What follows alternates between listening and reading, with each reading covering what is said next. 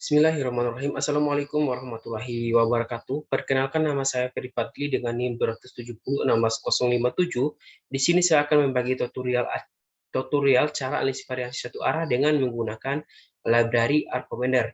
Lalu teman-teman sekalian, sebelum kita menganalisis variasi satu arah, terlebih dahulu saya akan menjelaskan sedikit analisis variasi satu arah. Jadi dinamakan analisis variasi satu arah karena data yang kita gunakan merupakan data pengaruh satu faktor dan analisis yang kita gunakan merupakan analisis varian. Lalu teman-teman sekalian, ada beberapa syarat yang harus terpenuhi untuk analisis variasi satu arah.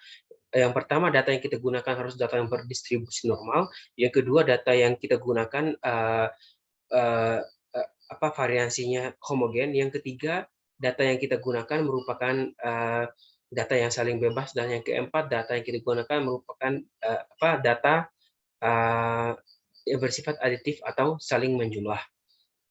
Lalu teman-teman sekalian, langsung saja kita ke inti pembahasan, yaitu analisis variasi satu arah dengan menggunakan Arcomender. Baik teman-teman, saya izin share screen. Baik, dapat dilihat di layar, ini adalah soal yang saya gunakan untuk analisis variasi satu arah. Soal ini merupakan soal yang saya ambil dari modul yang dibuat oleh mahasiswa universitas di Ponegoro, Semarang, dengan soal pengujian dengan one way ANOVA atau ANOVA satu arah. Dapat dilihat di layar soalnya seperti ini. Oke, langsung saja kita ke analisisnya.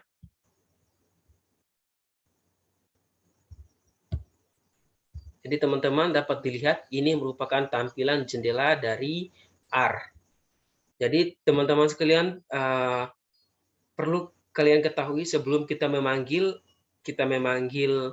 Arcomender, terlebih dahulu kita sudah menginstal package Arcomender, yaitu terlebih dahulu kita sudah menginstal Arcomender, dan untuk memanggil Arcomender itu kita panggil dengan sintak library CMDR. Ini sintak yang digunakan untuk memanggil Arcomender. Karena tadi saya sudah memanggil Arcomender, ini saya langsung perlihatkan.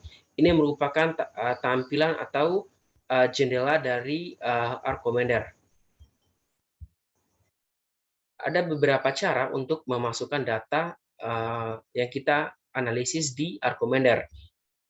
Pertama, kita klik data. Ini import data, bisa dari TXT, SPSS, dan lain sebagainya. Excel juga bisa. Tapi saya ingin memasukkan datanya secara manual, yaitu dengan klik New Dataset. Kita beri nama datanya ANOVA satu arah. Untuk namanya terserah saja. Jadi ada di ROM untuk menambah baris, dan ada di kolom untuk menambah kolom. Karena tadi datanya ada 15 data, maka kita akan menambah baris sebanyak 15. Ini ada kelebihan. Kita delete baris.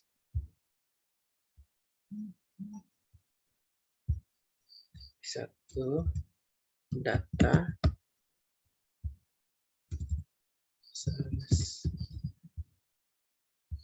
pertama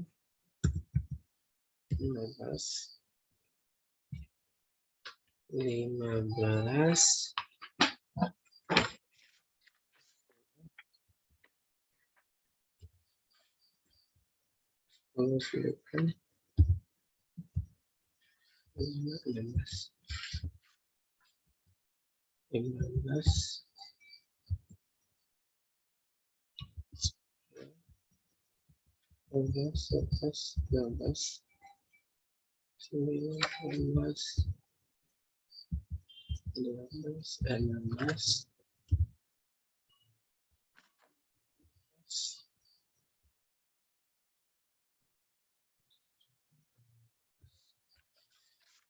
Untuk detail listnya, kita beri penomoran per data, 1 untuk data pertama, 2 untuk data kedua, 3 untuk data ketiga. Oke, sudah.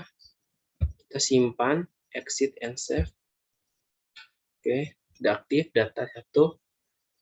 Oke, langkah pertama kita convert variabel, kita ubah datanya dari data numerik menjadi data faktor, yaitu dengan klik data, manage variable in active dataset, kemudian convert numeric variable to factor. Kita pilih OK. Kita pilih sales karena kita ingin mengubah sales ke data numerik menjadi data. Kita klik OK, yes. So, yang pertama tadi namanya Mira. Yang kedua namanya Sinta. Dan yang ketiga Mario. Kita klik OK. Oke, sudah aktif. Ini command line-nya bisa kita tulis kalau kita menggunakan di jendela R. Oke, sudah. Kita ke asumsi yang pertama. Asumsi pertama, asumsi kenormalitas data. Yang pertama kita klik statistics, kita pilih summaries, test of normality. Kita di variabel pilih data, terus di test by group kita pilih sales, lalu pilih OK.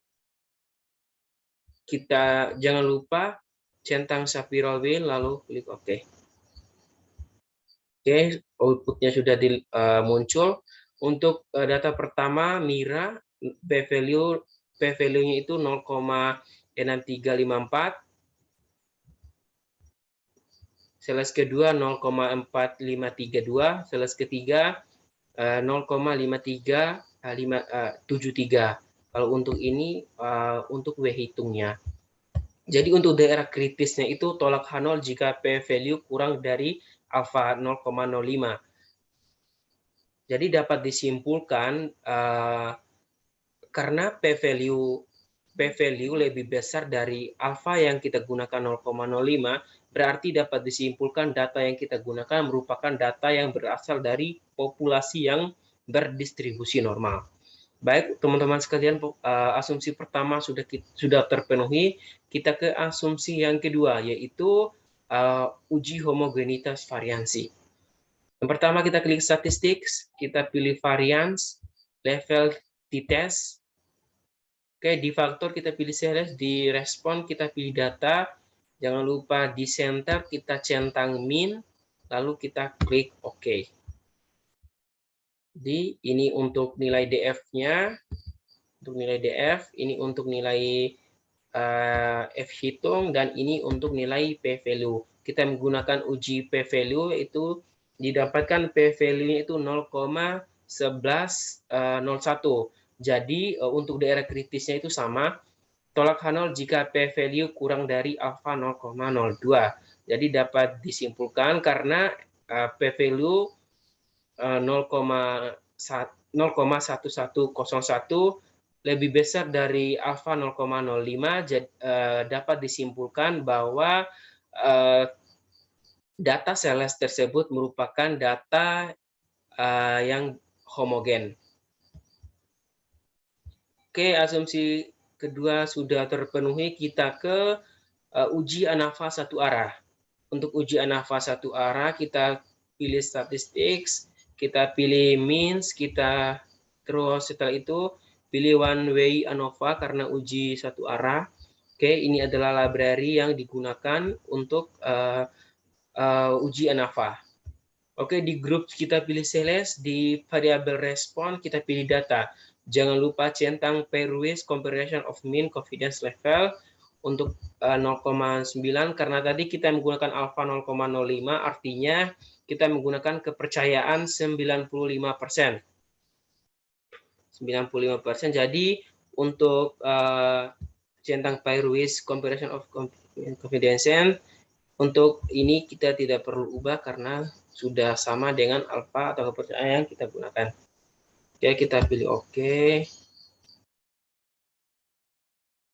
Oke, sudah muncul di layar.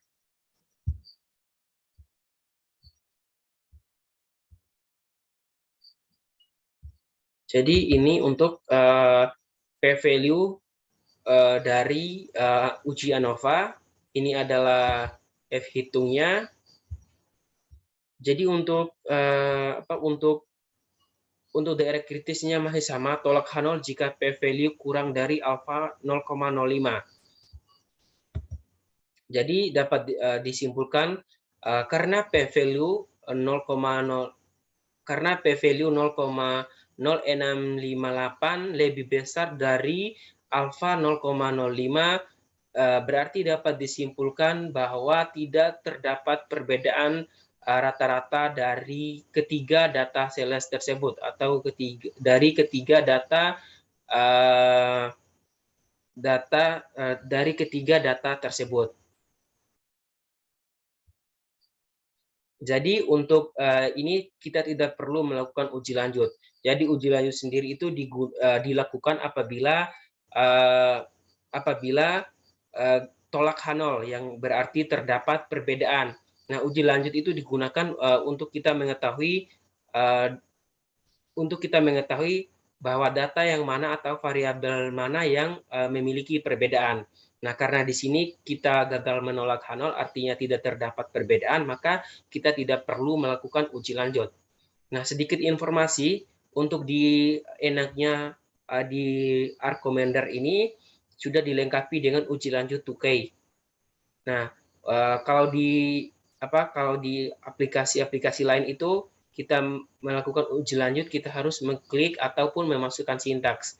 Tapi di Arcomender ini dia uji lanjutnya terotomatis sendiri.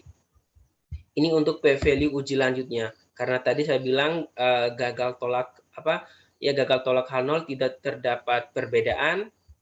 Ini berarti kita tidak perlu melakukan uji lanjut karena sama saja hasilnya. Ini p-value-nya 0,08746, 0,0693 dan 0,158. Sama, ini p-value-nya itu lebih besar dari alfa yang kita gunakan 0,05.